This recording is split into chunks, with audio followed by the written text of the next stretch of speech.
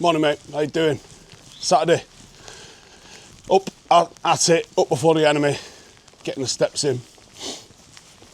I'm going to talk today about this, what's being called a crisis meeting, but actually wasn't a crisis meeting, that Ruben Amorim had with Jim Ratcliffe, Barada, Wilcox, etc. Before we get into that, I was rough yesterday, you know. The last couple of videos I did, I was hanging on for dear life. It's the end of a long week. I did a lot yesterday, a lot of talking. And, you know, I've had hard jobs. I've had physically hard jobs. It was something, you know, scaffolding was probably one of the hardest jobs I ever had. Everything is steel and wood, and it's all got to go above your head. Shoulders just blown out of it. But there's something, when you're mentally tired from talking, that just hits different. It's mad. Can't explain it. I was at it from like 6:15ish yesterday, and I didn't finish work until nearly 10 o'clock last night because I had my UEFA coursework to hand in, which is done. Hopefully find out today if I passed. And then on to the next one. Start saving the pennies for the next one. The fares and it's going to fucking cost. So I was rough yesterday. It was a rough old day, but we get up and we do it anyway. The temptation to have not got up this morning is the strongest it's been since I've been doing these morning videos. But I don't feel like I can let you lot down. And I don't feel like I can let myself down. So today I'm tired, I'm getting up and doing it anyway. And then the day don't stop. From the minute this video is up and done, 8 o'clock I'm at the physio. From there, little one's got gymnastics. While she's at gymnastics, I'm going to try and hit a new 5k. Providing the physio gives me the all clear, but I've done 6 runs in the last 2 weeks. I think I'll get the all clear. Got some new trainers. I'm trying to set them Addy Zeros out. You know the ones. Got a big old sole on them. Meant to be dead springy in that. Well, they did ones in black and olive and... Come on, man, it's my colours. So I got myself a set. So I'm going to give them a test drive today. I don't think I'll do the high rocks in those. I'll be doing all of my sort of hybrid training in a set of Hokers, Koanas if you're interested.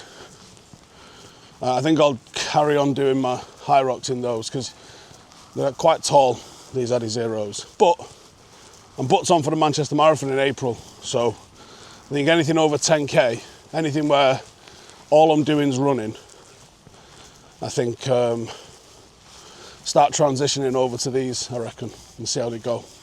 I did manage to bag, at first time of asking, High Rocks London tickets yesterday. So that is me now. Hat-tricked of High Rocks. Birmingham, London, Manchester, booked in. October, December, January. So, absolutely zero excuses to be slacking off the training. Full send. Why are we doing it? This is why we're doing it. And interestingly, I don't know if you've checked it out yet. I will put a link in the comments.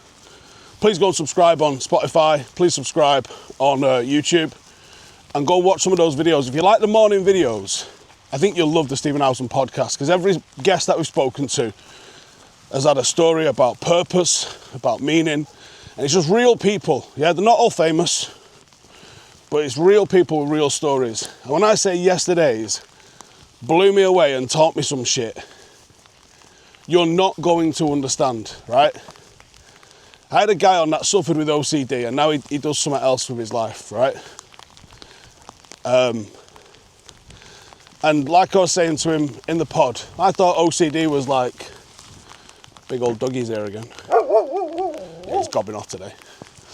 I thought OCD was kind of like all my Coke cans in the fridge in the same way. Nah, from when he was You say 9 years old.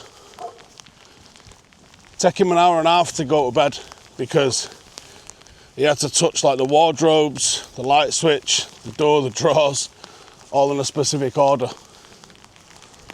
48 times. And it'd take him nearly an hour and a half to get himself ready to go to bed.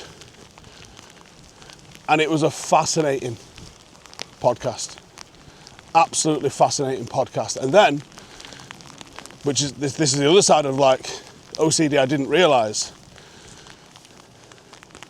He was on a night out and one of his mates cheated on his missus, who he knew. And he couldn't get the thought out of his head. And he asked his mate about it the next day, and his mate went, I don't remember it, therefore it didn't happen. Which is such a bloke way of just dismissing it, innit? And just blagging. Because his mate blagged, and basically just lied to him, didn't he? He knew what happened. You dickhead. Forgot it happened. No, he didn't. Right? It sent him on a spiral. And he was like, well, could I have cheated on my missus and forgot? Just absolutely sent him west. But then he would watch the news and he'd be like, someone got killed by someone like 2 minutes away. And then he'd be like, did I kill someone and forget? It's quite easy to see how that to that could potentially, I mean he didn't, but like, it's quite easy to see how that to that could end up with you being like mad psychotic and getting sectioned, couldn't it? But he got over it. And he's got ways to cope with it. He's not cured of it, but he's got ways to cope with it. So, if you're interested in those like legit human stories, you know, there may be some celebrities on there at some point, but only if they've got a story. No one's fucking coming on and plugging a book. That's not what that podcast's about.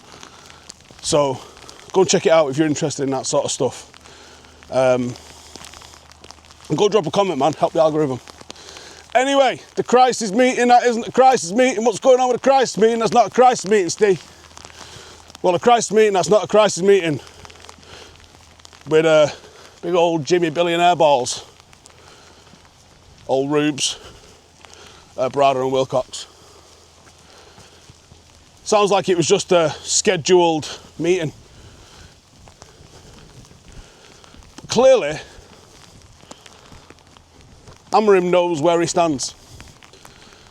Because for him to come out in the press conference and him to get asked how that meeting go down, and for him to go, yeah, they offered me a new contract. One, it's quite funny. Two, it shows he's relatively secure. Three, it shows he's got a fucking sense of humour, doesn't it? And he's not actually cracked yet. Because I can't imagine the pressure he's under at United. And fuck me, not just because it's him. I mean, not even because it's him. Fucking want him to succeed. So badly want us to be fucking good again. Watching some videos earlier, and it was Rooney and Van Nistelrooy link-ups. My guy on the fucking club that was like, Daniel Sturridge is a better technical player than Wayne Rooney. No. What? Oh my God. We genuinely didn't know how good we had it, did we? Even when it was shit, it was good. Just desperately want us to go back to being the sort of club that was feared. The sort of club that could go toe-to-toe with anyone and come away from the new camp away in a European Cup semi-final at 0-0 and be fucking annoyed. The team that could go anywhere, play anyone, and not be arsed, and actually have half a decent chance at doing something. That feels like so far off, doesn't it? Me personally, I think you've got to become hard to beat first. You can add flair on a team that's hard to beat. You can't be a team that's all flair and then becomes hard to beat. I could be wrong. It doesn't feel intuitively like how you get it done.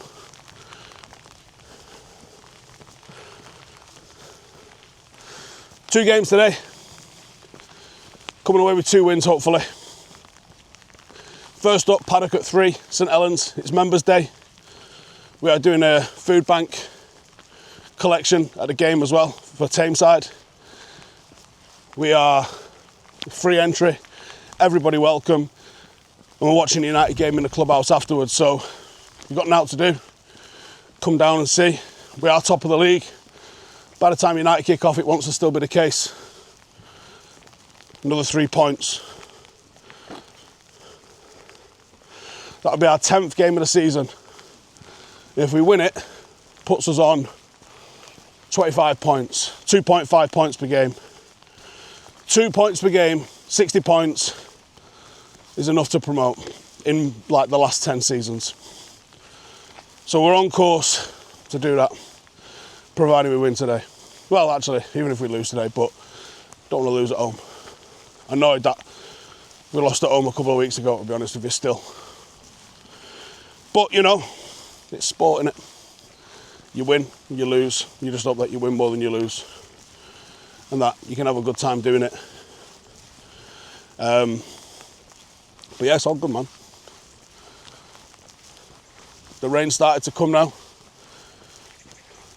It's going to increasingly be raincoat weather, and you can. Some of these mornings you can see with the smoke. Not right now. It's pretty warm actually. But some of these mornings you can see the smoke, the steam on your breath. Tells us that winter's near. And I'm intrigued to see how these videos evolve when all those leaves have gone and this is all snow and ice, because it's coming. Anyway, if you live too far away to get out of the game today, don't worry about it. Unfortunately, it's not on Twitch because the Veo broke. It's quite an unreliable piece of kit, to be honest. I said kit, not shit, but yeah, I'm thinking it. Which is a nightmare because it's such a great tool for connecting us to all of the people worldwide that want to watch us. So, if you live too far away, just have to follow the updates on the old Twitter. Otherwise, man, take it easy. Hope you get some wins in today. And hope United don't ruin it for you. Let us know your thoughts on a crisis meeting that ain't a crisis meeting in the comments below.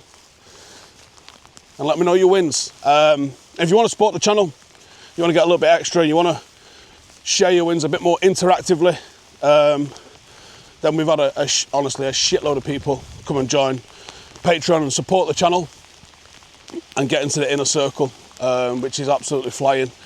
And Amy's doing bits as well. She's my producer on the podcast and we do some content every single week. You can check that out over on Patreon as well. So, hey, listen, have a good day. Take it easy. See you in a bit.